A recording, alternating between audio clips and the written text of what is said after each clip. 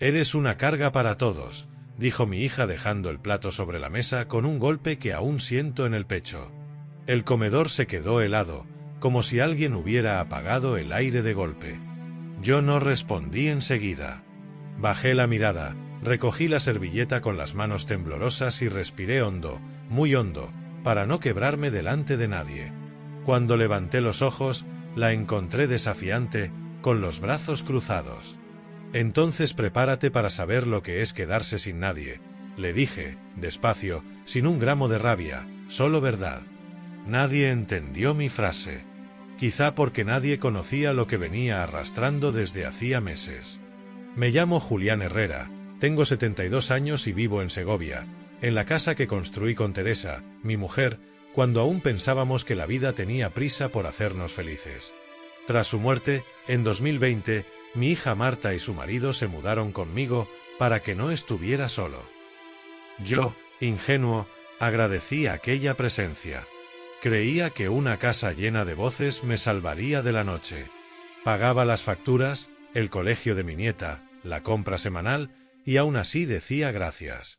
Creí que eso era familia. Hoy sé que solo era comodidad disfrazada. La primera señal llegó en marzo. Marta empezó a hablar de mí sin hablarme a mí. Papá debería vender el coche. Papá gasta mucho en medicinas. Luisa sentía siempre como si confirmara diagnósticos. Una noche, desde el pasillo, escuché lo que no debía. Si vendemos la casa de mi padre, pagamos la hipoteca del piso. Ese vendemos me golpeó como un portazo. No era un comentario, era un cálculo. Desde abril todo se volvió más estrecho, como si yo sobrara en mi propia casa. Cambiaron cerraduras por seguridad. Me pedían que no encendiera la calefacción por las noches. Empezaron a comer antes que yo, con la excusa de tu dieta especial. Y un día escuché a mi nieta preguntar: «Mamá, ¿por qué el abuelo no se va a vivir con sus amigos viejos?». Me quedé quieto en el pasillo, sintiendo como algo dentro se apagaba. No dije nada. Ese fue mi primer error. Pero empecé a tomar notas, fechas, frases, cambios. No por venganza, sino por claridad. La gota final llegó en junio. Una carta del banco, solicitud de transferencia de 18.000 euros a nombre de mi hija. En la sucursal me dijeron que la firma era mía. No lo era. Y el día de la supuesta firma yo estaba en el hospital, haciéndome una revisión del corazón. Cuando la confronté, Marta sonrió con cansancio. «Papá, te habrás olvidado. Firmaste». Ese «te habrás olvidado» fue el verdadero robo. A partir de ese momento supe que algo iba a romperse. Y que esta vez, la rotura no me tocaría a mí solo. Antes de que todo empezara a torcerse, mi vida era otra cosa. No diré que perfecta, pero sí tranquila, manejable, casi silenciosa. Me levantaba temprano, calentaba el café en la vieja cafetera italiana que Teresa adoraba y me sentaba en la mesa de la cocina, mirando cómo entraba la luz por la ventana. La casa estaba llena de recuerdos, sí, pero también de un orden que me reconfortaba, cada cosa en su sitio, cada día con su rutina. Fue después del entierro de Teresa cuando Marta insistió en mudarse conmigo. «Papá, no puedes quedarte aquí solo». Yo asentí porque en aquel momento no tenía fuerzas para contradecir a nadie. Ella vino con Luis y con Irene, que entonces tenía 12 años y todavía me abrazaba sin vergüenza. Los primeros meses parecían razonables. Ellos decían que estaban para ayudarme y yo les creí. A veces incluso me gustaba escuchar sus voces en el pasillo, el ruido de la ducha, las risas de Irene hablando por videollamadas con sus amigas. La casa recuperaba un latido que pensé perdido. Yo me ocupaba de las facturas porque siempre lo hice. Pagaba la luz, el agua, el gas, el coche que apenas usaba, las revisiones médicas, el colegio de Irene. Y lo hacía sin pensarlo, como parte natural de ser padre y abuelo. No me importaba, nunca me importó mantener a los míos. Marta solía decir: «Papá, gracias por todo, de verdad». Y yo le respondía: «Para eso está la familia». Quizá ese fue mi mayor engaño, creer que todos entendían la palabra igual que yo. Durante las sobremesas, a veces pensaba que, si Teresa estuviera viva, sonreiría al vernos juntos. Esa ilusión me hacía soportar la sensación, todavía débil entonces, de que algo comenzaba a desplazarse. Un pequeño gesto, una mirada esquiva, una puerta cerrada con más fuerza de la necesaria. Cosas mínimas, casi invisibles, pero que iban dejando un rastro. Aún así, cada noche subía las escaleras con una calma casi agradecida. Revisaba las ventanas, apagaba luces, cerraba la puerta principal y me decía a mí mismo: el hogar sigue siendo hogar. Lo repetía como un mantra, para convencerme, para sostenerme. No sabía, o no quería saber, que esa calma era solo la antesala de un invierno más largo del que había imaginado. Un invierno que no venía de fuera, sino de la mesa donde nos sentábamos cada día. Donde el respeto empezaba a quedarse sin sitio. El cambio no llegó de golpe. Se deslizó, como entra el polvo en las rendijas, lento, silencioso, inevitable si uno no presta atención. Yo empecé a notarlo en marzo, una mañana cualquiera, mientras buscaba mis gafas en el aparador. Papá, deberías pensar en vender el coche. Está ahí muerto de risa. Lo dijo sin mirarme, mientras revisaba su móvil. No era la frase, era el tono. Ese deje de fastidio, como quien habla con alguien que ya no entiende. Poco después llegó otra. Papá, tus medicinas son carísimas. Hay alternativas más baratas.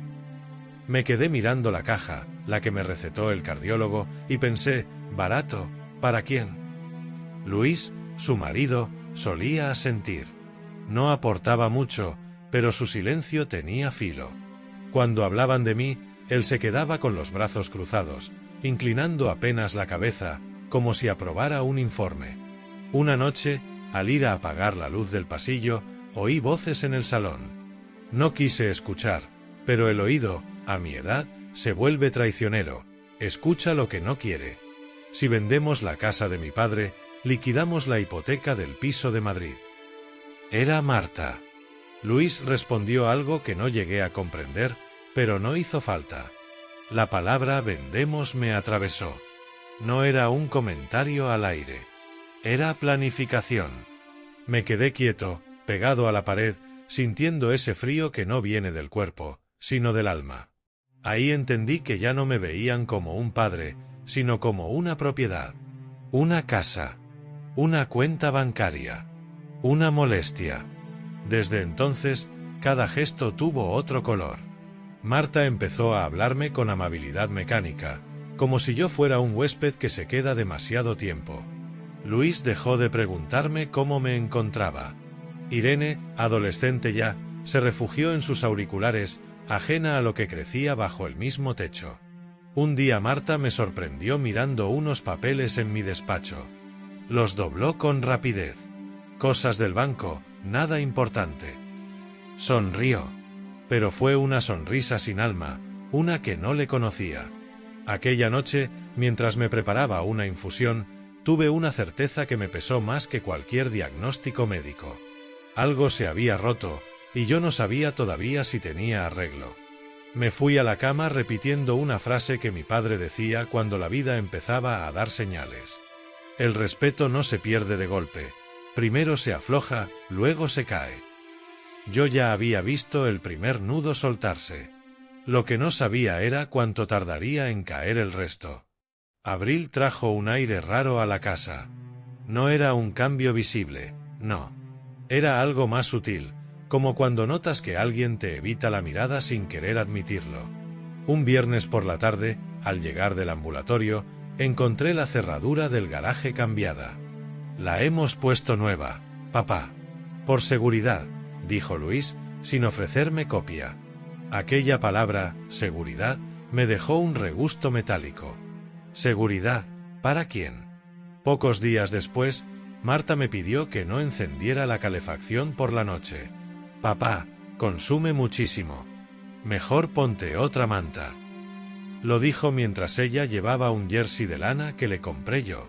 Asentí, aunque el frío de mis huesos ya no lo calmaban las mantas, sino las pastillas. La mesa también empezó a achicarse. Hemos comido antes, papá. Es que hoy íbamos con prisa, y tú tienes tu dieta especial. Mi dieta especial era simplemente que preferían no esperarme. Me quedé de pie frente a la mesa todavía caliente, con la silla retirada, como si ya no fuera parte de la familia. Lo peor no fue eso. Lo peor fue la tarde en que escuché a Irene en el pasillo. Mamá, ¿por qué el abuelo no se va a vivir con sus amigos viejos? Me quedé quieto, con la mano apoyada en el marco de la puerta. Porque todavía no entiende que ya no puede solo, le respondió Marta. Ni una duda, ni un matiz, ni un gesto de cariño. Solo un diagnóstico dicho con la frialdad de quien habla de un mueble. Esa noche, mientras ellos veían la televisión, me encerré en mi cuarto y abrí mi agenda de tapas negras, la que usaba desde que Teresa enfermó. Escribí, 4 de abril, cerradura nueva. Sin copia. 9 de abril, calefacción prohibida. 12 de abril, comida sin mí. No era un plan de defensa. Era un acto de dignidad. Necesitaba constatar que no estaba imaginando nada. Marta empezó a controlar mis citas médicas, preguntarme con quién hablaba por teléfono, revisar si había movido dinero. Luis dejaba mis cartas agrupadas en un montón, sin abrir, como si fuera material de archivo pendiente de revisión. Yo callaba. Callaba mucho. Pero el silencio, a veces, es la única forma que le queda a un hombre para no perderse a sí mismo. Cada noche, al apagar la luz del pasillo, repetía para mis adentros. No construí mi vida para que me la arrebatara el desdén. Y aún así, sentía que el suelo bajo mis pies empezaba a volverse extraño, como si caminara por una casa que ya no me pertenecía. Una casa donde cada gesto amable era una grieta y cada palabra, una distancia. El aislamiento no llegó de golpe. Llegó como llega el invierno. Primero un viento frío, luego un silencio más largo de lo normal y después, la certeza de que ya nadie te espera al otro lado de la mesa. El golpe definitivo no llegó con un grito ni con una discusión. Llegó en un sobre blanco, del banco, con mi nombre escrito a máquina. Era junio, una mañana de calor seco, de esas en las que el aire parece quedarse quieto. Abrí la carta en la cocina, apoyado en el mármol que Teresa y yo elegimos hace décadas. Dentro, una notificación, solicitud de transferencia, 18.000 euros. Destinataria, Marta Herrera. Me quedé mirando las cifras como si fueran de otro. 18.000 euros. No era una cantidad menor, pero tampoco era el dinero lo que me heló. Era la firma. Mi firma. O una copia milimétrica. Fui a la sucursal de la Caja Rural de Segovia esa misma mañana. La empleada, una chica joven con gafas redondas, revisó la pantalla y me miró con un gesto de cautela. Señor Herrera, la transferencia fue autorizada con su documentación y su firma. Eso no es posible. No firmé nada. Ella señaló el escaneo. La firma era idéntica, pero no era mía.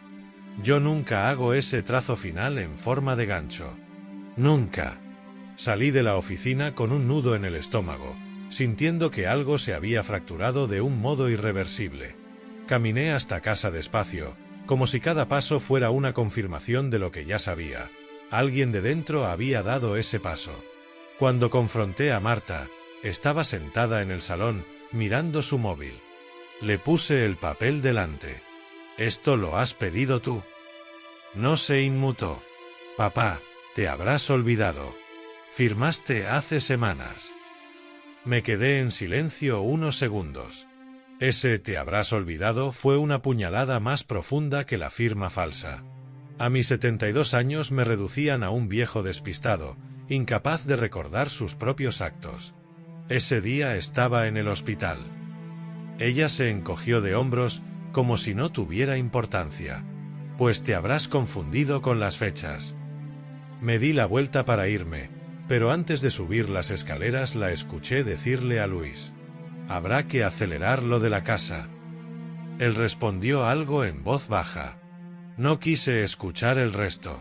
Esa noche abrí mi agenda negra. Escribí despacio, con letra firme. 14 de junio, intento de transferencia. Firma falsificada. Marta lo niega. Y luego añadí una frase que nunca pensé que escribiría sobre mi propia hija. Ya no es descuido. Es intención.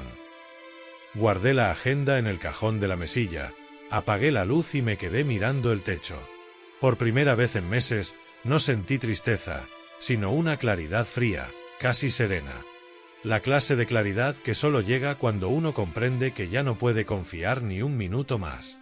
Aquel sobre del banco no solo me avisó del robo. Me enseñó, con tinta y números, que el respeto en aquella casa había dejado de existir. Y que yo, aunque fuera tarde, debía recuperarlo. El 10 de julio llegó con un calor pesado, de esos que dejan las paredes sudadas y el ánimo corto. Marta llevaba días preparando una cena para celebrar el cumpleaños de Luis. Invitó a la familia, a 2 vecinos y hasta al primo ese que solo aparece cuando hay comida gratis. Yo intenté mantenerme al margen, pero era mi casa y al fin y al cabo, aún me quedaba un gesto de cortesía que no quería perder. La mesa estaba puesta desde temprano, mantel nuevo, copas altas, velas que no recordaba haber comprado. Cuando todos llegaron, el salón se llenó de un murmullo falso, de cumplidos huecos, de risas que no terminaban de nacer. Yo me quedé sentado en un extremo, observando, respirando despacio, intentando que nada delatara lo que llevaba semanas acumulándose dentro. Durante el brindis, me levanté para decir unas palabras. No porque tuviera mucho que añadir, sino porque Teresa siempre decía que un hogar se sostiene en los gestos sencillos. Una palabra amable, un agradecimiento, una presencia. Solo quería, empecé. No pude terminar. Papá, deja el discurso, por favor, dijo Marta, con una sonrisa tensa, forzada. Eres una carga para todos. No sabes ni dónde guardas tus cosas, ni cómo manejar tu dinero. El silencio cayó de inmediato. Unos dejaron las copas sobre la mesa. Otros fingieron no haber oído bien. Las risas incómodas se movieron como un viento torpe entre los invitados. Yo noté cómo se me tensaba la mandíbula, pero no levanté la voz. A mi edad, uno aprende que la dignidad no se defiende gritando. Respiré hondo. Miré a Marta, luego a los demás, uno por uno, como si estuviera memorizando la escena para siempre. Y dije: gracias por recordármelo, hija. Ahora verás quién depende de quién. Volví a sentarme. No hubo más palabras. Solo un silencio largo, de esos que no se borran con la comida ni con el vino. Los invitados retomaron las conversaciones con torpeza. Luis levantó la copa sin convicción. Marta evitaba mirarme. Irene, desde el otro lado de la mesa, tenía los ojos clavados en el plato, incapaz de levantar la cabeza. Yo no toqué la comida. No me hizo falta. Aquella noche ya estaba alimentado de otra cosa, una certeza, la misma que se instala cuando uno sabe que ha llegado al límite. Cuando todos se marcharon, subí a mi cuarto despacio, apoyando la mano en la barandilla que yo mismo coloqué hace 30 años. Me quedé un instante observando el pasillo vacío. Y pensé: la humillación pública no destruye al hombre, solo revela quien lo ha dejado de ver como tal. Nunca imaginé que mi propia hija sería quien me enseñara esa lección. Pero allí estaba el aprendizaje, claro y frío, esperándome un paso más adelante. 2 días después de aquella cena, cuando aún podía oír el eco de las risas incómodas en el salón, bajé las escaleras con una decisión que no había sentido en años. No era rabia. Era algo más firme, más antiguo, la necesidad de poner orden en mi propia vida. Fui directo a la notaría de la calle Real, la misma donde Teresa y yo firmamos la compra de la casa en el año 86. El notario, don Álvaro, me recibió con esa mezcla de cortesía y prudencia que tienen los hombres que han visto demasiadas familias romperse por papeles. ¿En qué puedo ayudarle, don Julián? Saqué mi carpeta azul, la que llevaba días preparando, llena de apuntes, fechas, copias de cartas del banco, incluso una fotografía de mi firma auténtica. La puse sobre su mesa como quien deposita algo frágil. Vengo a revocar la donación que hice a mi hija. Él levantó la vista. ¿Estás seguro? Estos procesos a veces generan conflictos. Los conflictos ya los tengo en casa, Álvaro. Lo que quiero ahora es recuperar la verdad. La casa seguía legalmente a mi nombre, pero meses atrás, animado por un intento ingenuo de asegurar el futuro de Marta, había iniciado una donación revocable. Un gesto de padre. Un gesto que ella había interpretado como permiso para planear mi desaparición del hogar. Firmé la revocación sin temblar. Después modifiqué mi testamento. Designé como única heredera a mi nieta Irene, pero con una condición clara: que no viviera bajo el techo de su madre. Quería que supiera que no se castigaba a una niña por los errores de los adultos. Cuando terminé, el notario volvió a preguntar: ¿Está totalmente seguro? Asentí. Más que en cualquier otra decisión que haya tomado desde que murió mi mujer. Salí a la calle con una calma extraña, casi tibia, como si el aire de Segovia hubiera recuperado su sitio dentro de mis pulmones. Caminé despacio, escuchando mis pasos sobre la piedra vieja, sintiendo que, por primera vez en meses, ese sonido me pertenecía. El 1 de agosto, Marta recibió la notificación oficial. Escuché cómo subía la escalera casi corriendo. Entró en mi cuarto sin llamar. ¿Qué significa esto? Le mostré la carta con serenidad. Que las cosas vuelven a su sitio, hija. Su rostro pasó de la sorpresa al enfado, y del enfado al miedo. Papá, no puedes hacerme esto. No te lo hago a ti. Me lo hago a mí. Y llego tarde.